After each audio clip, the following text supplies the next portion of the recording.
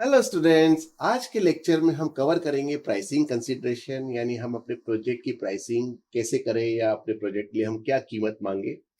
तो इसमें हमको काफी सारी चीजों का ध्यान रखना पड़ता है। प्राइसिंग कंसिडरेशन से हमारा पूरा प्रोजेक्ट का जो प्रपोजल है उस वो पूरा निर्धारित रहता है, उसी पे ही हमारा प्रॉफिट मार्जिन भी सब निर्धारित रहता है। तो देखते हैं कि हम जो है कौन कौन से की फैक्टर्स हम इसमें यूज करते हैं और प्राइसिंग स्ट्रेटेजी हम क्या अपनाते हैं, इसके बारे में हम पूरी चर्चा करेंगे। हमारा जो प्रोजेक्ट मैनेजमेंट सर्विस का ये एक बेस है, राइट। तो इसका क्या बहुत सिग्निफिकेंट इम्पैक्ट पड़ता है हमारे प्रोजेक्ट की प्रॉफिटेबिलिटी पर, प्रोजेक्ट की कॉम्पिटिटिवनेस पर और क्लाइंट के सेटिस्फेक्शन पर। तो सबसे पहला जो की फैक्टर हम कंसिडर करते हैं वो है हमारा कॉस्ट एनालिसिस। हमको एक थारो कॉस्ट एनालिसिस करना पड़ता है प्रोजेक्ट का, जिसमें डायरेक्ट कॉस्ट जैसे लेबर मटेरियल वगैरह होता है, इनडायरेक्ट कॉस्ट जैसे एडमिनिस्ट्रेटिव होता है, ओवरहेड एक्सपेंसेस होते हैं, कॉन्टीजेंसीज होते हैं वगैरह। तो ये इन सब कॉस्ट का एक थारो एनालिसिस करने के बाद ही हम कॉस्ट पे पहुंच पाते हैं। फिर मार्केट डायनामिक्स, क्योंकि मार्केट जो है बड़ा चंचल स्वभाव का रहता है।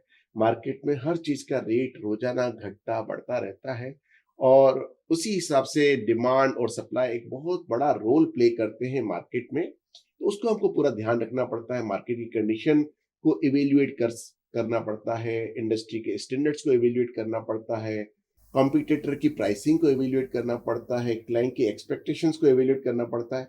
तब जाके हम प्राइसिंग बेंचमार्क तक पहुंच पाते हैं।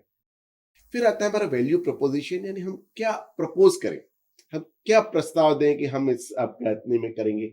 अब इसमें काफी सारी चीजें कवर करना पड़ती है। इसमें हमको क्लाइंट का बजट भी देखना पड़ता है कि क्लाइंट का बजट का कोई कंस्ट्रेंट तो नहीं है, और हम क्या सर्विसेज दे रहे हैं, प्रोजेक्ट मैनेजमेंट की सर्विसेज हम क्या दे रहे हैं, हमारी एक्सपर्टाइज की क्या वैल्यू होना चाहिए, हमारी क्वालिटी जो हम ऑफर कर रहे हैं उसका हमको क्या मिलना चाहिए, हम जो इनोवेटिव चीजें हम उनको दे रहे हैं तो इनोवेशन का हमको क्या मिलना चाहिए, कस्टमर सर्विस हम जो दे रहे हैं उसका क्या प्राइस होना चाहिए।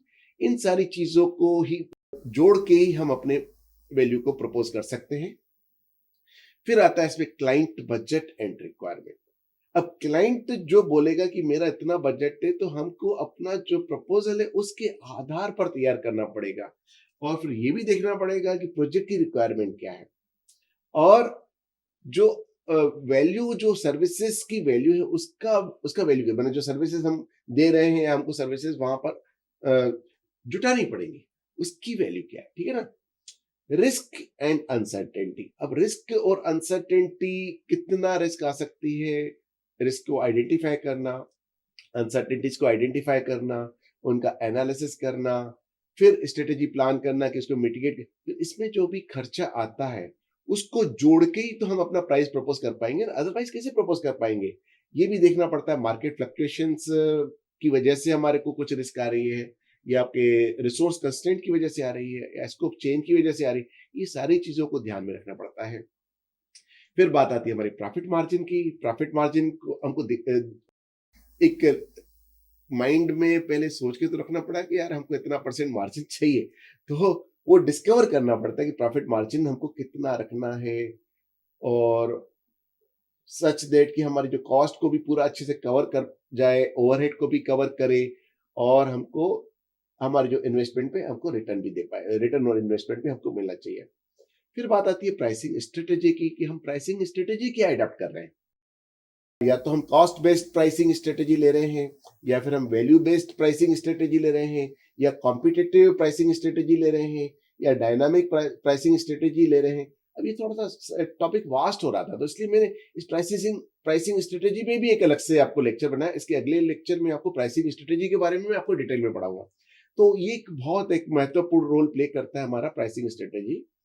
अब क्या क्या चीजें कंसिडर करनी है इसमें बात करते हैं। कि सबसे पहले तो ट्रांसपेरेंसी। प्राइसिंग में हम एकदम ट्रांसपेरेंट होना चाहिए कि हम हमारा जो प्राइसिंग है वो हम प्राइसिंग के जो कंपोनेंट है हमने कौन कौन से कंपोनेंट लिए हैं, क्या क्या अजम्पशंस लिए हुए हैं, कैसे कैलकुलेट किया है।